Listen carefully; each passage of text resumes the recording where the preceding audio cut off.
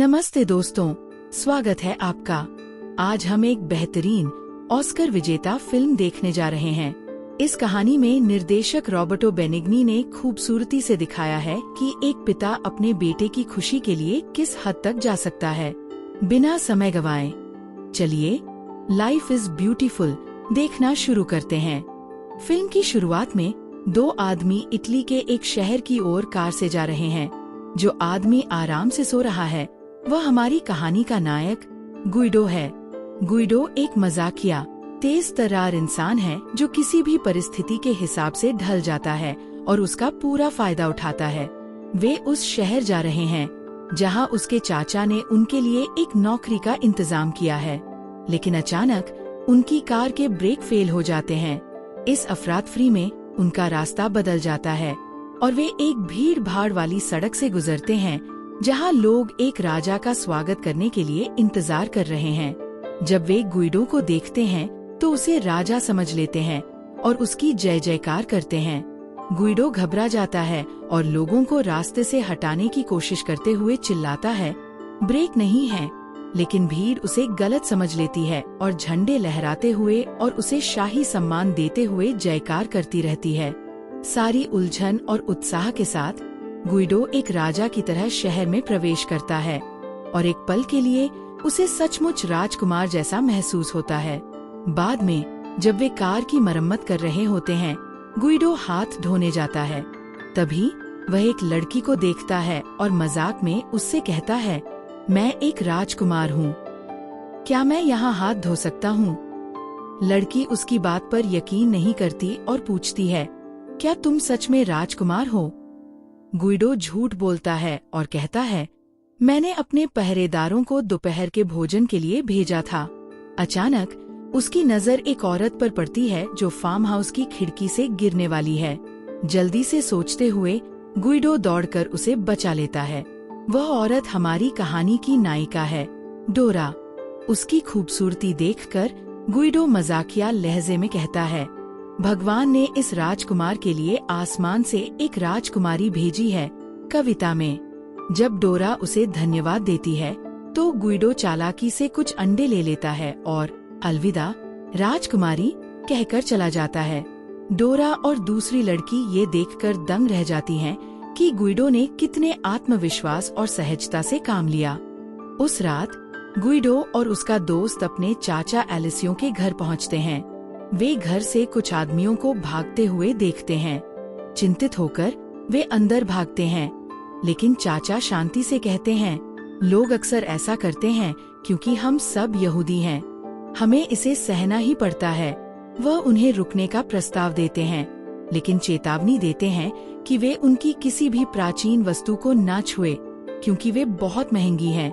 अगले दिन गुइडो और उसका दोस्त शहर देखने के लिए उत्साहित होते हैं क्योंकि वे एक गांव में पले बढ़े हैं। गुइडो एक आदमी को अपनी पत्नी से बालकनी से चाबी नीचे फेंकने के लिए कहता हुआ देखता है। वह इस पर ध्यान से गौर करता है। इसके बाद वे अपने दोस्त के कार्यस्थल पर जाते हैं जहां गुइडो एक टोपी पहनकर देखता है, लेकिन सख्त मालिक उसे महंगी बताकर वापस ले लेता है।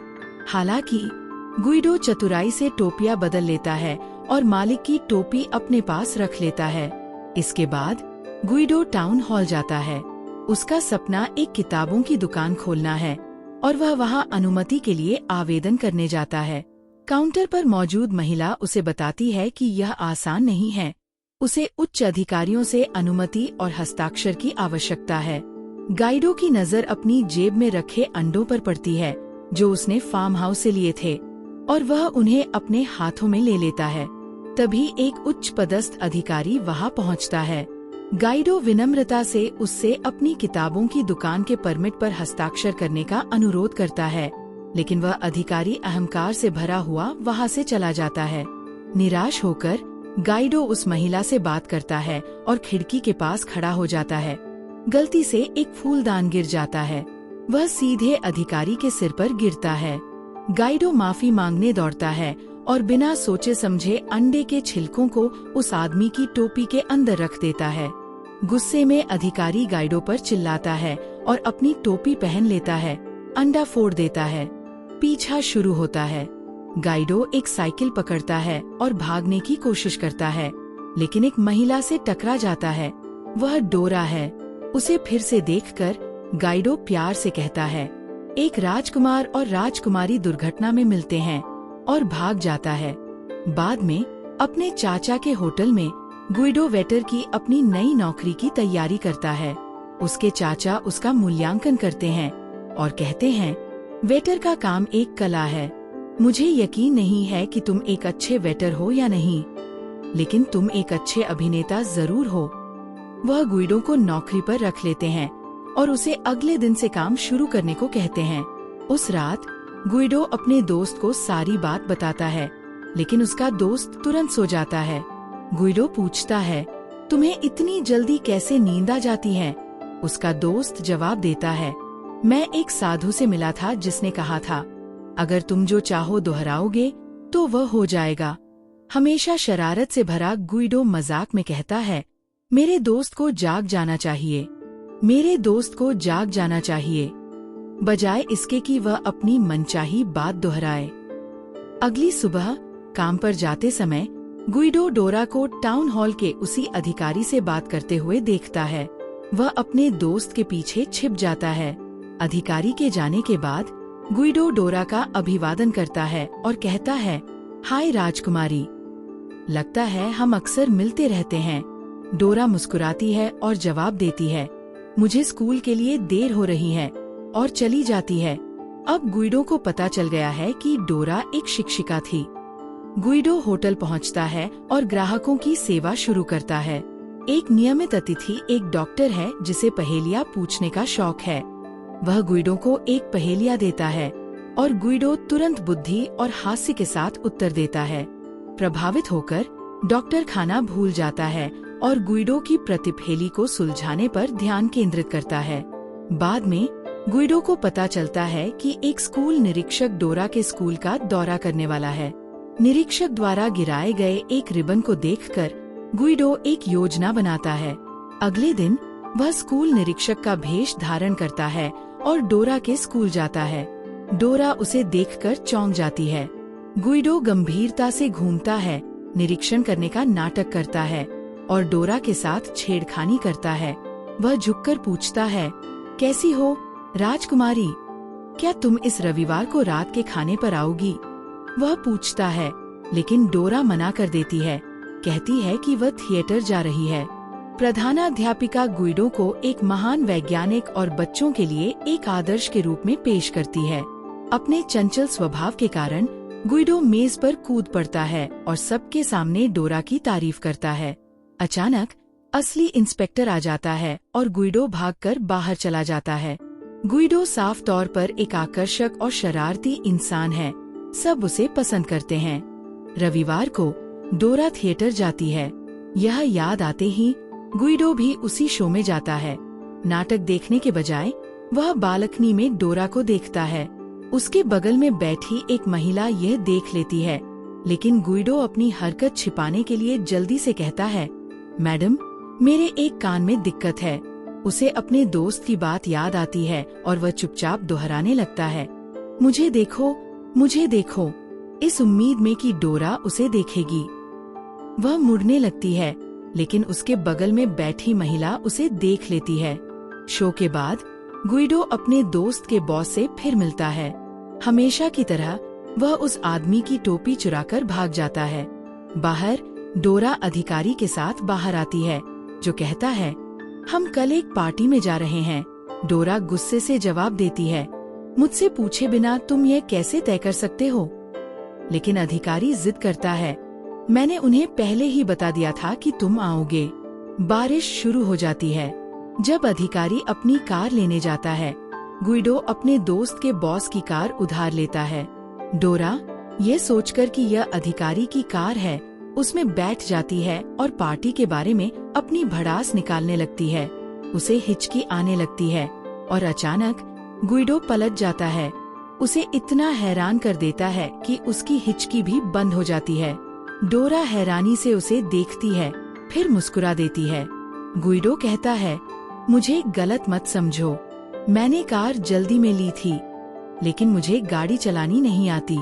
वह कार रोकता है और खुली छत से बारिश होने लगती है। गुइडो उसे बंद करना नहीं जानता।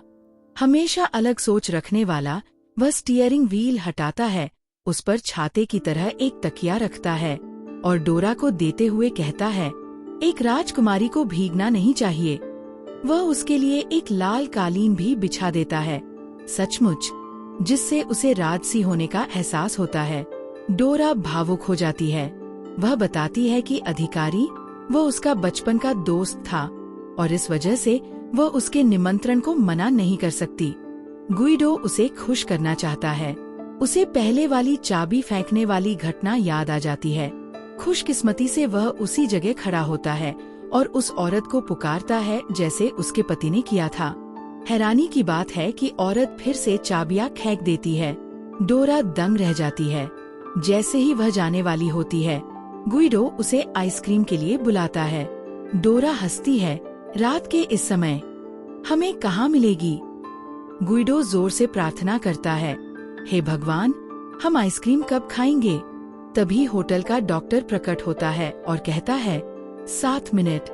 वह पहेली सुलझा चुका था और गुइडो को ढूंढने आया था। समय जादुई लगता है। डोरा फिर से हैरान हो जाती है।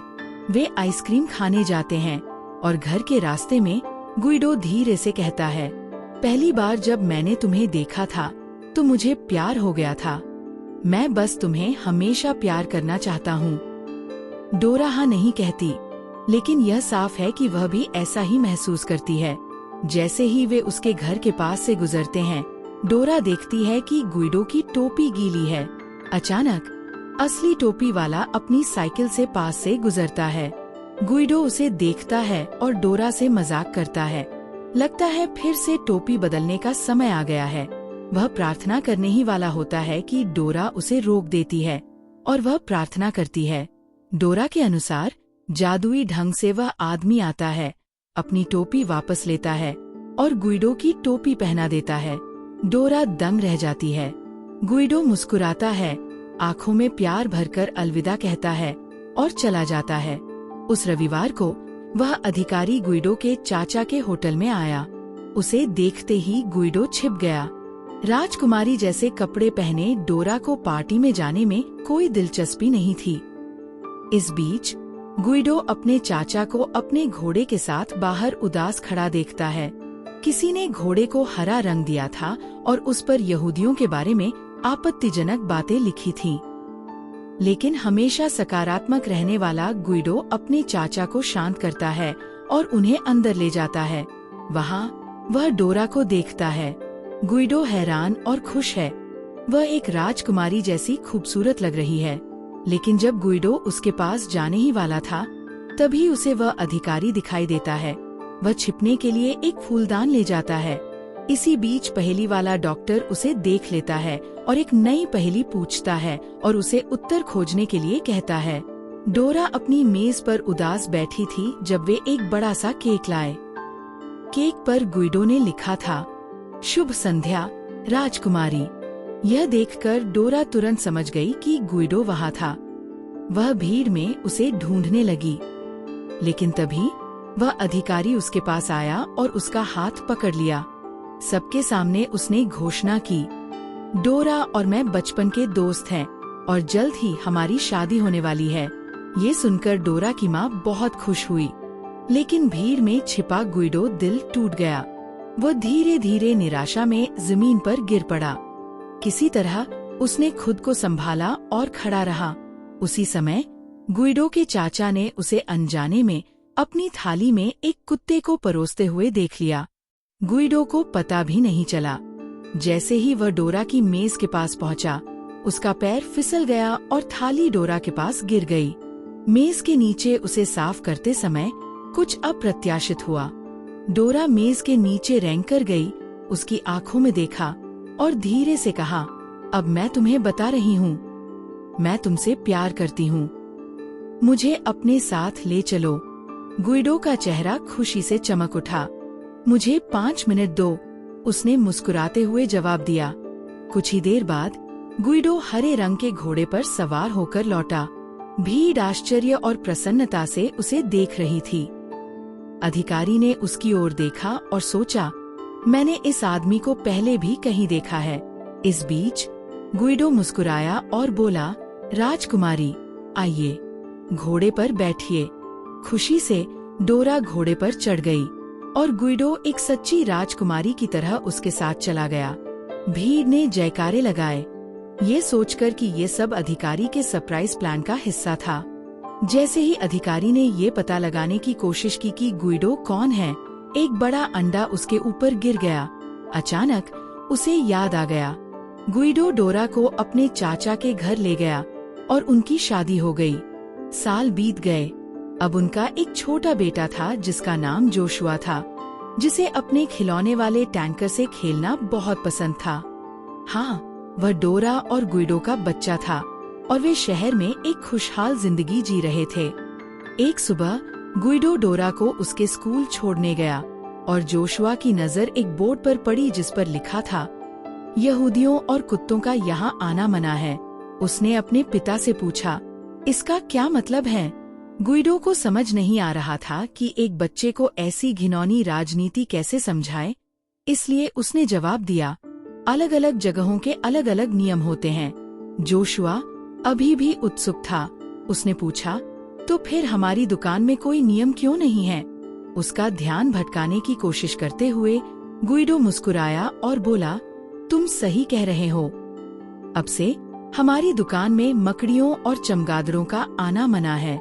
वे अपनी किताबों की दुकान पर पहुँचे। गुइडो ने आखिरकार किताबों की दुकान का अपना सपना पूरा कर लिया था। लेकिन तभी 2 जर्मन अधिकारी वहां आ पहुँचे। वे गुइडो से फिर से पूछताछ करने आए थे। बार बार पूछताछ से थककर गुइडो ने आह भरी। जोशुआ ने कहा, मैं आपके साथ आना चाहता हूँ। पिताजी, गुइडो ने धीरे से जवाब दिया, अगर तुम आओगे तो दुकान कौन संभालेगा? मैं उनके साथ चला जाऊंगा। तुम्हें यहाँ ध्यान रखना होगा, ठीक है? उस तनावपूर्ण क्षण में भी गुइडो ने मजाकिया अंदाज में वहाँ से हटकर अपने बेटे के चेहरे पर मुस्कान ला दी। गुइडो के जाने के बाद जोशुआ ने दुकान संभाली। इसी बीच डोरा की माँ वहाँ आ पहुँची। उन्हें पता ही नहीं था कि वह उनकी दादी हैं। जोशुआ ने हमेशा की तरह प्यार से कहा, सभी किताबों पर 50% की छूट है। डोरा की माँ मुस्कुराई और बोली, मैं तुम्हारी दादी हूँ। कल तुम्हारा जन्मदिन है और मैं तुम्हारे लिए एक तोहफा लाऊंगी। जोशुआ ने उत्साहित होकर पूछा, क्या ये कोई नया टैंकर है? वह खुशी से मुस्कुराई। मैं तुम्हें कल बताऊंगी, लेकिन पहले ये खत अपनी माँ को दे दो। ठीक है दादी, जोशुआ ने अपने चिरपरिचित अंदाज में जवाब दिया। डोरा की माँ उसकी मासूमियत से प्रभावित हो गई। घर पर डोरा जोशुआ के जन्मदिन की तैयारी कर रही थी। डोरा ने उसे नहाने के लिए बुलाया, लेकिन जोशुआ को नहाना बिल्कुल पसंद नहीं था। वह अक्सर एक डिब्बे जैसी अलमारी में छिप जाता था और उसने फिर से ऐसा ही किया। गुइडो ने उसे ढूंढ लिया और पूछा, तुम यहाँ क्या कर रहे हो? जोशुआ ने फुसफुसाते हुए कहा, माँ मुझे बार बार नहाने के लिए कह रही हैं, इसलिए मैं छिप रहा हूँ। डोरा ने उसे पुकारा और घर की तलाशी ली। हमेशा की तरह गुइडो ने उसे खुश करने के लिए एक मजेदार तरीका निकाला। उसने एक फूल से बात करने का नाटक किया और उसे राजकुमारी के लिए आने को कहा। अपने पिता के खेल को समझते हुए जोशुआ ने मेज को धक्का दिया और एक फूल लेकर बाहर रेंगते हुए कहा, ये तुम्हारे लिए है राजकुमारी। उन्होंने छोटी छोटी खुशियों और प्यार से भरा जीवन जिया, लेकिन हर जीवन की तरह इसमें भी उतार चढ़ाव आते हैं। अगली सुबह डोरा अपनी माँ को घर लाने के लिए निकली, लेकिन तभी अचानक मुसीबत आ गई। घर तबाह हो गया। जर्मन सैनिकों ने यहूदी परिवारों को गिरफ्तार कर लिया था और उन्हें यातना शिविरों में ले जा रहे थे। जोशुआ खतरे से अनजान पूछा, हम कहाँ जा रहे हैं पिताजी? गुइडो, जो हमेशा अपने बेटे की रक्षा करने की कोशिश करता रहता है, बोला, ये एक गुप्त जन्मदिन यात्रा है जो मैंने सिर्फ तुम्हारे लिए प्लान की है। हम मजे करेंगे। जोशुआ ने पूछा, माँ क्यों नहीं आई? गुइडो ने जवाब दिया, तुम्हें पता है कि उन्हें ये सरप्राइज ट्रिप पसंद नहीं है, इसलिए हम चले आते हैं। उनके आसपास के लोग चुप थे। वे जानते थे कि वे किस तरह के शिविर में जा रहे हैं। यह कोई छुट्टी नहीं, बल्कि एक जेल थी। फिर भी उस लड़के की खुशी के लिए वे चुप रहे। इस बीच डोरा उन्हें बेतहाशा ढूंढ रही थी। रेलवे स्टेशन पर उसने उन्हें एक ट्रेन में चढ़ते देखा। वह दौड़कर एक अधिकारी के पास गई और विनती की, मेरे पति और बेटा उस ट्रेन में हैं, कृपया उन्हें जाने दो। लेकिन अधिकारी ने अहंकार से कहा, हम सिर्फ यहूदियों को लेते हैं, तुम्हारे पति और बेटा यहाँ नहीं हैं। डोरा ने दृढ़ निश्चय के साथ चिल्लाकर कहा, वे मेरे परिवार के सदस्य हैं, मुझे उनके साथ रहना होगा।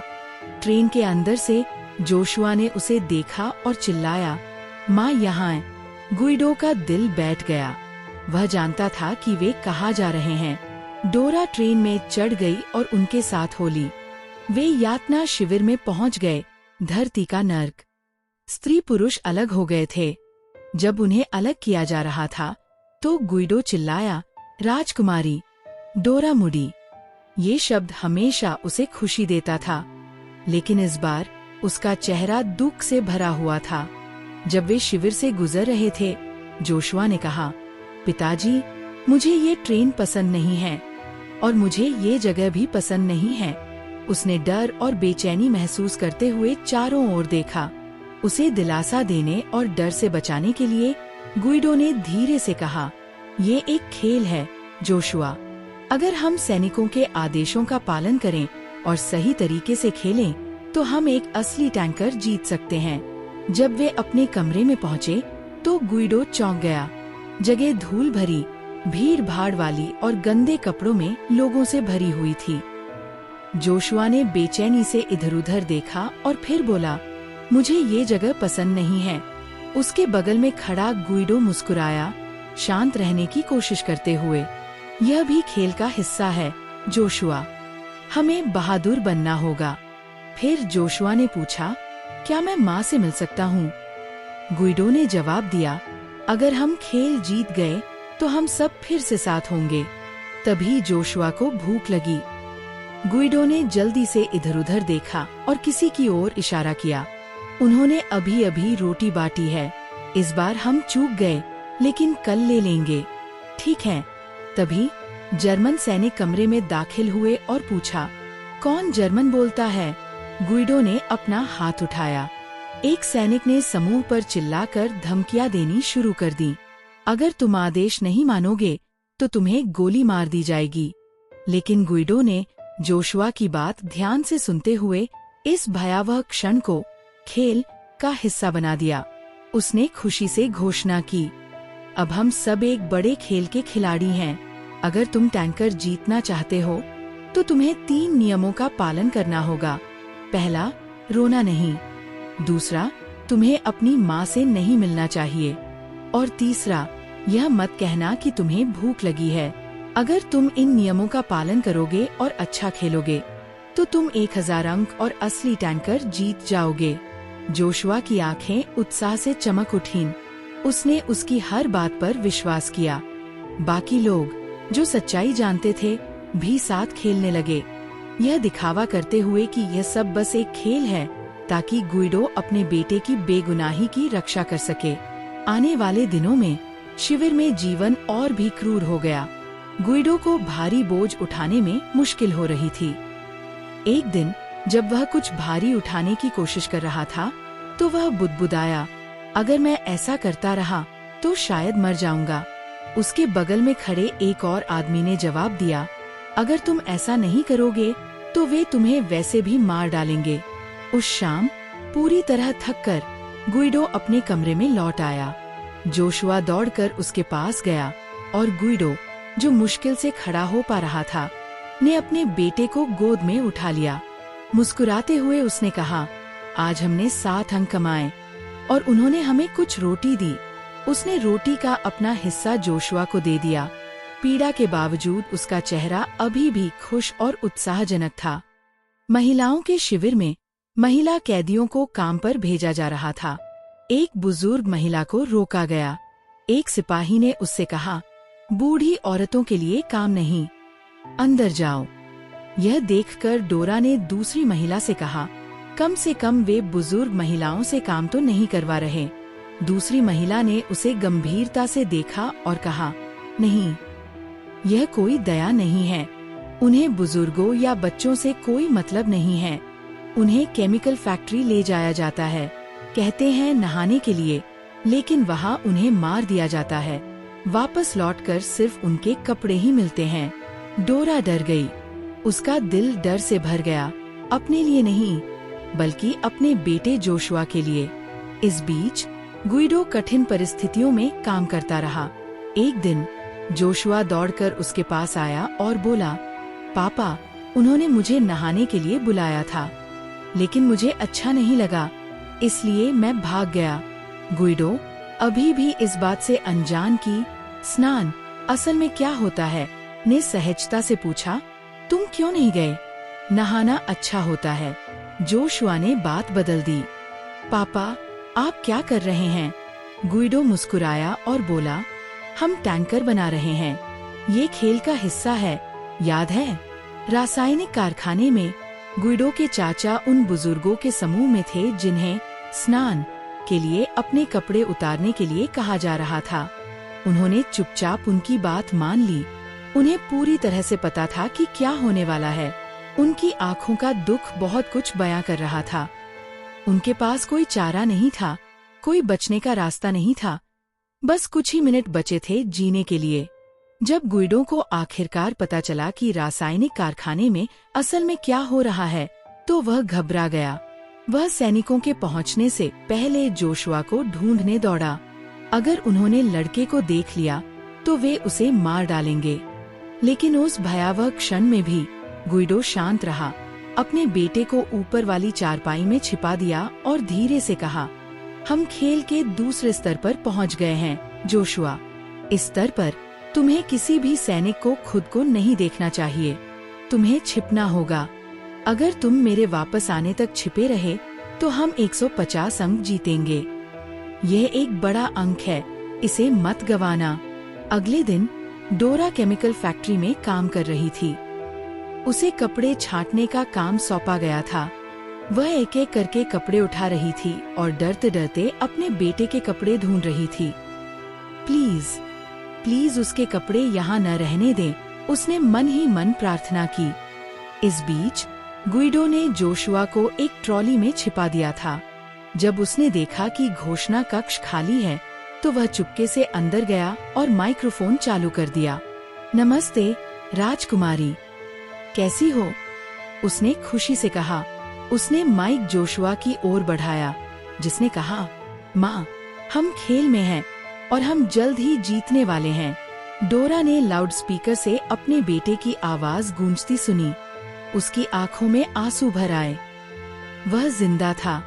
बाद में कैंप में कमजोर और बीमार लोगों की जांच शुरू हुई। जो लोग काम करने के लिए अयोग्य पाए गए, उन्हें गैस चैम्बर में ले जाया गया। भीड़ में गुइडो ने उस डॉक्टर को देखा जिसे वह कभी जानता था, पहेलियों का शौकीन। एक जाना पहचाना चेहरा देखकर गुइडो को उम्मीद की एक छोटी सी किरण जगी।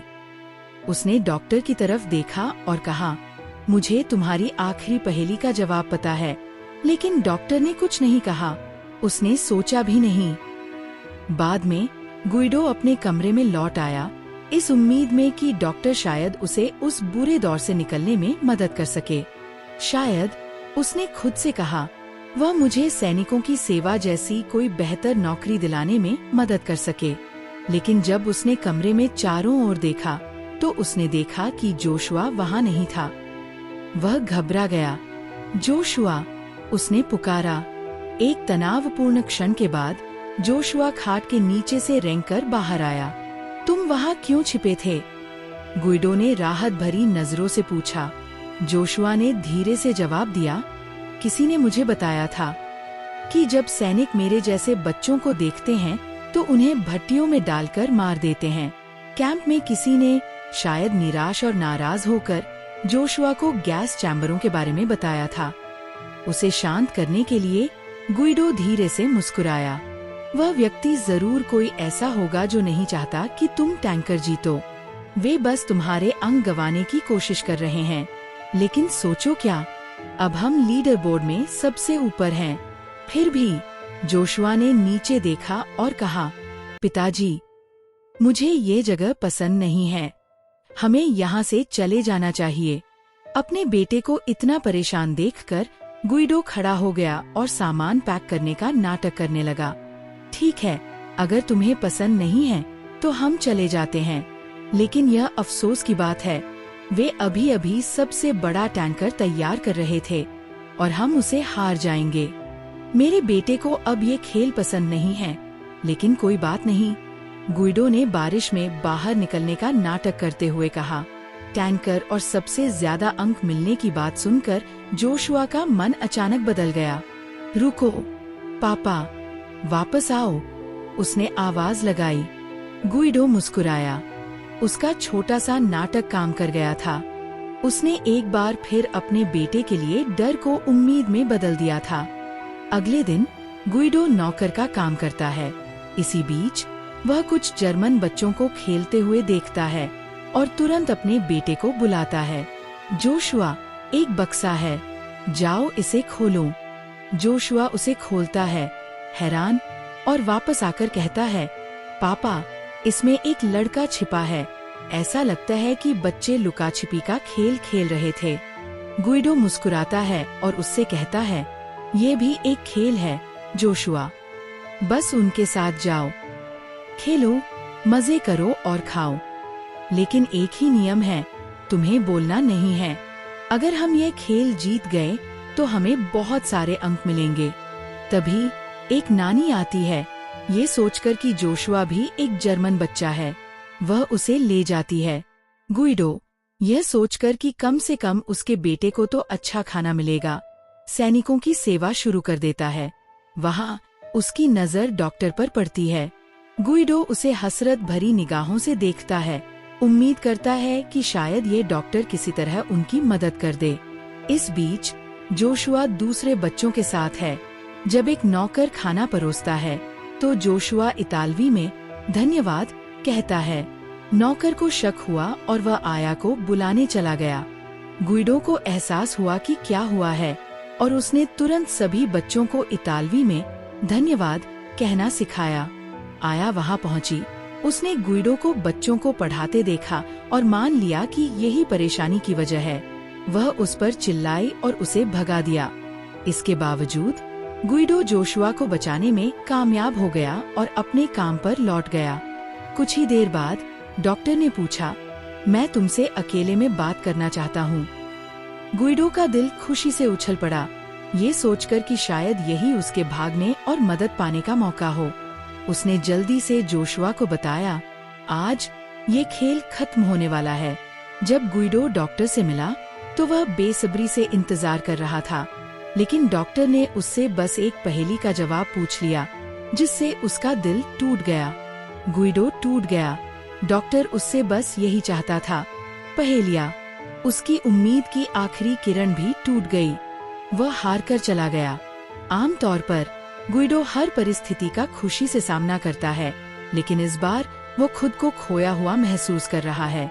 ग्रामोफोन के पास पहुंचते ही वह अपनी पत्नी का पसंदीदा गाना बजाने का फैसला करता है। वह स्पीकर को खिड़की की तरफ घुमा देता है, इस उम्मीद में कि भले ही वह उससे बात न कर सके, फिर भी वह उसे खुश कर सके। ये एक सरल लेकिन गहरा इशारा है जो दर्शाता है कि वह उससे कितना प्यार करता है। उस रात गुइडो जोशुआ को वापस कैंप की ओर ले जाता है, यह सोचकर कि कम से कम उसके बेटे ने दिन भर के लिए पर्याप्त खाना तो खा लिया होगा। जैसे ही वे पास पहुंचते हैं, धुआं और अफरातफरी हवा में छा जाती है। जर्मन सैनिक इधर उधर भाग रहे हैं। गुइडो कैंप पहुंचता है और गोलियों और बमों की आवाजें रात भर गूंजती रहती हैं। कैंप में एक आदमी उन्हें बताता है कि युद्ध लगभग खत्म हो गया है क्योंकि हिटलर मर चुका है। हालांकि सैनिक लोगों को एक वैन में ले जा रहे हैं और जब वह वापस आती है तो वह खाली होती है। इसका मतलब है कि वे रात खत्म होने से पहले सभी को मार देंगे। घबराया हुआ गुइडो जोशुआ को पकड़ लेता है और उसे सैनिकों से छिपाते हुए अफरातफरी से निकालता है। वह जोशुआ को समझाता है, यह खेल आज रात खत्म होने वाला है। सैनिक तुम्हें ढूंढ रहे हैं क्योंकि तुम सबसे ज्यादा अंक लाने वाले हो। अगर हम सुबह तक छिपे रह सके तो हम जीत जाएंगे और तुम्हें एक नया टैंकर दिया जाएगा। वह जोशुआ को उसी डिब्बे में छिपा देता है जहां बच्चे पहले खेल रहे थे। इस अफरातफरी में भी गुइडो जोशुआ को दिलासा देने के लिए इस पूरे माहौल को बस एक खेल समझने का नाटक करता रहता है। फिर वह महिलाओं के शिविर में पहुंचता है और देखता है कि डोरा को एक वैन में लादा जा रहा है। वह अपने बेटे के पास लौटता है और कहता है, यहीं रुको, मेरे वापस आने तक छिपे रहो। अगर मैं वापस नहीं आता तो गोलियों और बमों के रुकने तक इंतजार करना, फिर बाहर आना। गुइडो जोशुआ को फिर से डिब्बे में छिपा देता है और खुद को एक महिला का भेष धारण कर लेता है।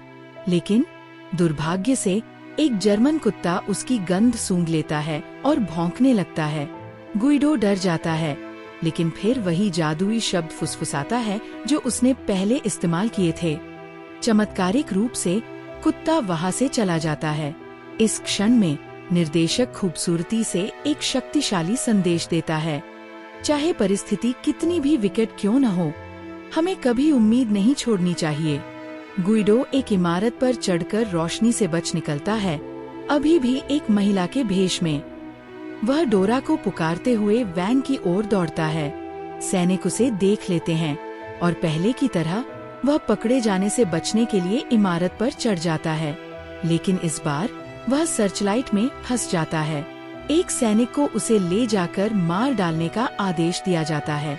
जब वे फांसी की जगह की ओर बढ़ते हैं तो वे उस बक्से के पास से गुजरते हैं जहां जोशुआ छिपा हुआ है।